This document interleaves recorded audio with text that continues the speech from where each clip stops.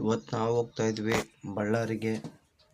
ಯಾವ ರೂಟ್ ಅಂದರೆ ಬುಕ್ಸಾಗರ, ಕಂಪ್ಲಿ, ಬಳ್ಳಾರಿ ಈ ರೂಟ್ ಮೇಲೆ ಹೋಗ್ತಿದ್ದೀವಿ. ಅರೌಂಡ್ ಒಂದು 80 ಕಿಲೋಮೀಟ್ರ್ ಆಗ್ಬೋದು, 80ರಿಂದ 90 ಕಿಲೋಮೀಟ್ರು. ನಮ್ಮ ಗಾಡಿಯಲ್ಲಿ ಇವಾಗ 98% ಬ್ಯಾಟ್ರಿ ಇದೆ. ಈ ಬ್ಯಾಟ್ರಿಯಲ್ಲಿ ಹೋಗೋಕ್ಕೆ ಟ್ರೈ ಮಾಡ್ತೀನಿ. ಎಷ್ಟು ಹೋಗ್ಬೋದು ಅಂತ ಕನ್ಫರ್ಮ್ ನನಗೂ ಗೊತ್ತಿಲ್ಲ. ಆದರೂ ಇಕೋ, ನಾರ್ಮಲ್ ಇವೆರಡರಲ್ಲೇ ನಾನು ಜಾಸ್ತಿ ಮೂವ್ ಮಾಡೋದು. ಸ್ಪೀಡ್ ಬಂದ್ಬಿಟ್ಟು ಒಂದು 40ರಿಂದ 60 ಅಥವಾ 70 ಇಷ್ಟರಲ್ಲೇ ನಾನು ಸ್ಪೀಡ್ ಮೇಂಟೈನ್ ಮಾಡ್ತೀನಿ. ಆದಷ್ಟು ಇಕೋದಲ್ಲೇ ನೋಡ್ಬೋದು ನೀವು. 98% ಇದೆ ಗಾಡಿ.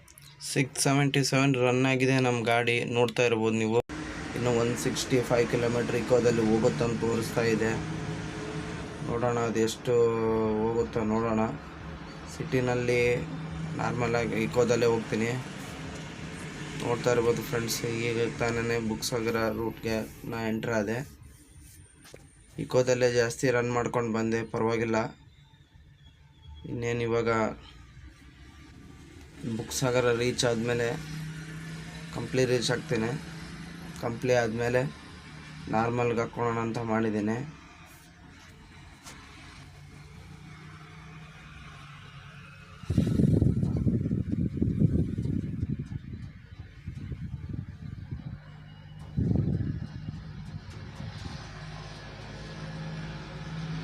ನೋಡಿ ಫ್ರೆಂಡ್ಸ್, ಇದು ನಮ್ಮ ತುಂಗಭದ್ರಾ ನದಿ.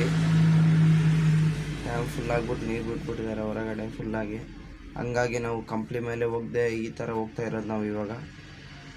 ಇನ್ನೇನು ಕಂಪ್ಲಿ ರೀಚ್ ಆದಮೇಲೆ ಕ್ರೂಸ್ ಕಂಟ್ರೋಲಲ್ಲೇ ಜಾಸ್ತಿ ನಾನು ಹೋಗೋದು. ನೋಡ್ತಾ ಇರ್ಬೋದು ಆಲ್ರೆಡಿ 92% ಆಗಿದೆ. ನೋಡೋಣ. ಗಾಡಿ 703 ಕಿಲೋಮೀಟ್ರ್ ಹೊಡ್ತು. ಇನ್ನು 82% ಇದೆ. 26 ಕಿಲೋಮೀಟ್ರ್ ರನ್ ಮಾಡಿಬಿಟ್ಟಿದ್ದೀನಿ ಆಲ್ರೆಡಿ. ಕಂಪ್ಲಿ ರೀಚ್ ಮಾಡಿದ್ದೆ ನಾನು ಆಲ್ರೆಡಿ. ಕ್ರೂಸ್ ಕಂಟ್ರೋಲ್ನಲ್ಲೇ ಕೈ ಬಿಟ್ಟಿದ್ದೆ ನಾನು.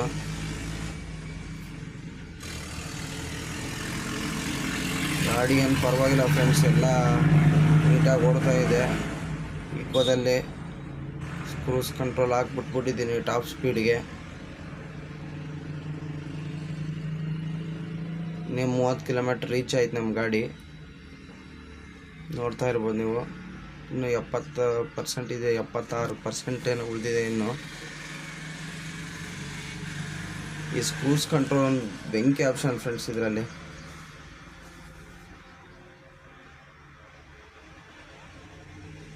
ಈ ಕ್ರೂಸ್ ಕಂಟ್ರೋಲ್ ಇದೆಯಲ್ಲ ಫ್ರೆಂಡ್ಸ್, ಇದು ತುಂಬ ಹೆಲ್ಪ್ ಆಗುತ್ತೆ. ಆದರೆ ಹುಷಾರಾಗಿರಬೇಕು. ಯಾಕಂದರೆ ಈ ಒಂದು ಯಾವುದಾದ್ರೂ ಗಾಡಿ ಬಂದಾಗ ಸಡನ್ಲಿ ನಾವು ಕ್ರೂಸ್ ಕಂಟ್ರೋಲ್ನ ಇದು ಮಾಡೋಕ್ಕೆ ಹೋದರೆ ಪ್ರಾಬ್ಲಮ್ ಆಗ್ಬೋದು.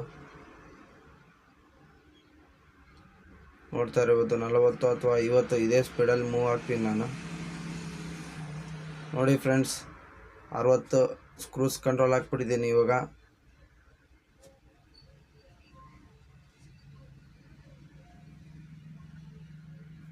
ಗಾಡಿ ಏನು ಚೆನ್ನಾಗಿದೆ ಫ್ರೆಂಡ್ಸ್. ಇವಾಗ ನನಗೇನು ಅಪೋಸಿಟ್ ಗಾಳಿ ಏನಿಲ್ಲ, ನಮಗೆ ಪುಷ್ ಮಾಡ್ತಾಯಿದೆ ಗಾಳಿ ಕೂಡ. ಇದೂ ಮ್ಯಾಟ್ರ್ ಆಗುತ್ತೆ. ಟೋಟಲಾಗಿ ನನ್ನ ಗಾಡಿ ಬಳ್ಳಾರಿ ಮುಟ್ಬೋದು ಅಂತ ಅನ್ನಿಸ್ತಾಯಿದೆ ನೀಟಾಗಿ. ನೋಡೋಣ ಇನ್ನು ಎಷ್ಟು ಓಡುತ್ತೋ ಅಂತ. 16ನಲ್ಲೇ ಮೂವ್ ಆಗ್ತಿದ್ದೀನಿ. ಪರವಾಗಿಲ್ಲ ಫ್ರೆಂಡ್ಸ್, 100 ಕಿಲೋಮೀಟ್ರ್ ಅಂತೂ ರನ್ ಮಾಡ್ಬೋದು ಅಂತ ಅನ್ನಿಸ್ತಾ ಇದೆ ನನಗೆ ಆರಾಮಾಗಿ.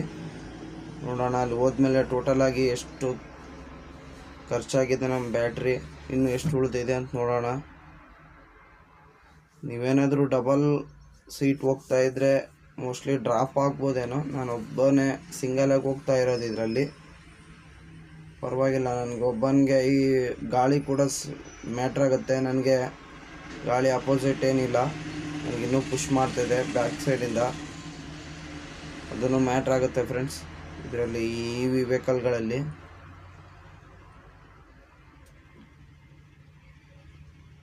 ಗಾಡಿ ಕೂಡ ಎಲ್ಲೂ ಜರ್ಕ್ ಹೊಡೆಯೋದು ಆ ಥರ ಏನೂ ಪ್ರಾಬ್ಲಮ್ ಇಲ್ಲ.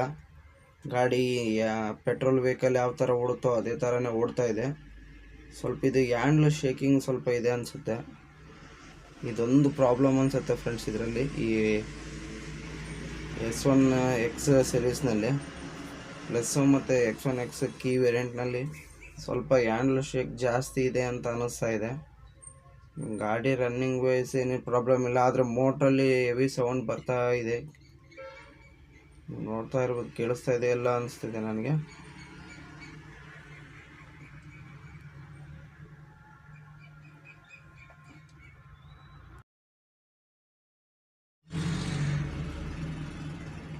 ಸೌಂಡ್ ಮಾತ್ರ ಹಿಂದ್ಗಡೆಯಿಂದ ಅಕ್ಕಿ ಅಂತ ಬರ್ತಾ ಇದೆ ಫ್ರೆಂಡ್ಸ್ ಮೋಟ್ರದ್ದು. ಆದರೂ ಈ ಬೈಕ್ ವರ್ತ್ ಅನಿಸ್ತಾ ಇದೆ ಈ ಪ್ರೈಸ್ಗೆ, ಅದರ್ ಕಾಂಪಿಟೇಟರ್ಸಿಗೆ ಹೋಲಿಸಿದ್ರೆ. ಇನ್ನೇನು 58% ಇದೆ ನಮ್ಮ ಗಾಡಿಯಲ್ಲಿ. ಆಲ್ರೆಡಿ 60 ಕಿಲೋಮೀಟ್ರ್ ರನ್ ಮಾಡಿಬಿಟ್ಟಿದ್ದೀನಿ ನಾನು. ವರ್ತ್ ಅಂತಲೇ ಹೇಳ್ಬೋದು, ಯಾಕಂದರೆ ಈ 30 ರೂಪೀಸ್ ಚಾರ್ಜ್ ಬರ್ಬೋದು ನಾವು ಒಂದ್ಸಲ ಫುಲ್ ಚಾರ್ಜ್ ಮಾಡಿದ್ರೆ. ಸ್ವಲ್ಪ ರೆಸ್ಟ್ ಮಾಡೋಣ, ಯಾಕಂದರೆ ಮೋಟ್ರ್ ಹೀಟ್ ಆಗಿದೆಯೋ ಎಲ್ಲ ಚೆಕ್ ಮಾಡಿಕೊಂಡು ಮತ್ತೆ ರೈಡ್ ಶುರು ಮಾಡೋಣ ಒಂದು 5 ನಿಮಿಷ ಬಿಟ್ಟು. ನಾವು 61 ಕಿಲೋಮೀಟ್ರ್ ರನ್ ಮಾಡಿದ್ವಿ, ಇನ್ನೂ 57% ಇದೆ. ಪರವಾಗಿಲ್ಲ ಫ್ರೆಂಡ್ಸ್, 57%ನಲ್ಲಿ ಅಂದರೆ ಗಾಡಿ ಚೆನ್ನಾಗೇ ರನ್ ಮಾಡಿದೆ, ಪರವಾಗಿಲ್ಲ, ಹೋಗ್ಬೋದು. ಇನ್ನೇನು ಬಳ್ಳಾರಿ ಎಂಟ್ರ್ ಆಗ್ತಾಯಿದ್ದೀನಿ ನಾನು, ನೋಡ್ತಾ ಇರ್ಬೋದು ನೀವು. ಎಂಟ್ರ್ ಆಗ್ಬಿಟ್ಟು ಮನೆಯಲ್ಲಿ ಚಾರ್ಜ್ ಹಾಕ್ತೀನಿ, ಅದು ಎಷ್ಟು ಉಳಿದಿರುತ್ತೆ ಪರ್ಸೆಂಟೇಜ್ ಗೊತ್ತಾಗುತ್ತೆ. ಗಾಡಿ ಪರವಾಗಿಲ್ಲ ಫ್ರೆಂಡ್ಸ್, ಒಂದು ಕಂಫರ್ಟಬಲ್ ಆಗಿ 100 ಕಿಲೋಮೀಟ್ರ್ ಹೋಗ್ಬೋದು. ಇದು ನಾನು ಸಿಂಗಲ್ ಆಗಿ ಹೋಗ್ತಾ ಇರೋದ್ರಿಂದ ಇದ್ರದ್ದು ರೇಂಜ್ ಏನಂತ ಸಿಂಗಲ್ಲಿಂದೇ ಗೊತ್ತಾಗೋದು ಇವಾಗ. ಈ ವಿಡಿಯೋ ಹೆಚ್ಚಿನ ವ್ಯೂಸ್ ಆಗಿ ಪ್ರೋತ್ಸಾಹ ಬಂದರೆ ಡಬಲ್ ವ್ಯೂನು ಮಾಡ್ತೀನಿ. ಹಾಗೆ ಸ್ಪೋರ್ಟ್ ಮೋಡಲ್ಲಿ, ಈಕೋ ಮೋಡಲ್ಲಿ ಎಷ್ಟೆಷ್ಟು ರೇಂಜ್ ಬರುತ್ತೆ, ನಾರ್ಮಲ್ ಮೋಡಲ್ಲಿ ಎಲ್ಲ ನಾನು ನಿಮಗೆ ಕನ್ನಡದಲ್ಲೇ ನೀಟಾಗಿ ತಿಳಿಸ್ತಾ ಹೋಗ್ತೇನೆ. ಇದರಲ್ಲಿ ನಾನು ಈಕೋ ಹಾಗೂ ನಾರ್ಮಲ್ ಮೋಡಲ್ ಓಡಿಸ್ತಾ ಇರೋದು ಈಗ ಈ ರೈಡ್ನ. ಇದ್ರದ್ದು ರಿಸಲ್ಟ್ ನೋಡೋಣ. ಅರೌಂಡ್ 60 ತನಕನೂ ರೀಚ್ ಮಾಡಿದ್ದೀನಿ, ಸಮ್ಟೈಮ್ 70 ಮೇಲೇನೂ ಹೋಗಿದ್ದೀನಿ ಅಪ್ಸ್ ಬಂದಲ್ಲಿ. ಪರವಾಗಿಲ್ಲ, ಗಾಡಿ ಏನು ನಮಗೆ ಎಲ್ಲೂ ಕೈ ಕೊಡುತ್ತೆ ಅಂತ ಅನ್ನಿಸ್ಲಿಲ್ಲ. ಭಯ ಇರುತ್ತಲ್ಲ ಫ್ರೆಂಡ್ಸ್, ಯಾಕಂದರೆ ಈ EV ವೆಹಿಕಲ್ಗಳಂದ್ರೇ ಸ್ವಲ್ಪ ಭಯ ಜಾಸ್ತಿ ಇರುತ್ತಲ್ಲ. ಆದರೂ ಗಾಡಿ ನನಗೆ ಕಂಫರ್ಟಬಲಾಗೇ ಬಂತು. ನನಗೆ ಈ ನಾರ್ಮಲ್ ಆ್ಯಕ್ಟಿವಾ ಡಿವೋ ಏನು ಓಡಿಸ್ತೀವಿ ಅದೇ ಥರ ಅನಿಸ್ತು. ಇನ್ನೇನು ಮನೆಗೆ ಹೋಗ್ಬಿಟ್ಟು ನೋಡೋಣ ಎಷ್ಟು ಕಿಲೋಮೀಟ್ರ್ ಉಳಿದಿದೆ ಅಂತ. ಟೋಟಲಾಗಿ ನೋಡ್ತಾ ಇರ್ಬೋದು 169.9 ಕಿಲೋಮೀಟ್ರ್, ಅಂದರೆ ಒಂದು 70 ಕಿಲೋಮೀಟ್ರ್ ಅಡ್ಡಾಡಿದ್ದೀನಿ. 1 ಕಿಲೋಮೀಟ್ರ್ ನೋಡಿದ್ರೆ 146, ಇನ್ನೂ ಬ್ಯಾಟ್ರಿ 52 ಬ್ಯಾಟ್ರಿ ತೋರಿಸ್ತಿದೆ. ಇನ್ನೂ 70 ಕಿಲೋಮೀಟ್ರ್ ನಾರ್ಮಲ್ ರೇಂಜನ್ನು ತೋರಿಸ್ತಾ ಇದೆ.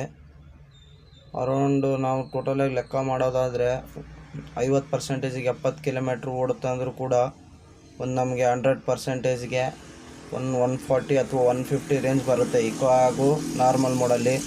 ಆದಷ್ಟು ನಾನು ಇಕೋದಲ್ಲೇ ಜಾಸ್ತಿ ಓಡ್ತಿದ್ದು. ಇದಾಗಿತ್ತು ನಮ್ಮ ವಿಡಿಯೋ. ನೀವು ಸಪೋರ್ಟ್ ಮಾಡಿ, ಸಬ್ಸ್ಕ್ರೈಬ್. ಇದೇ ರೀತಿ ಮುಂದಿನ ಕನ್ನಡದಲ್ಲೇ ವಿಡಿಯೋ ಮಾಡಿ ನಾನು ಹಾಕ್ತೀನಿ. Thank you.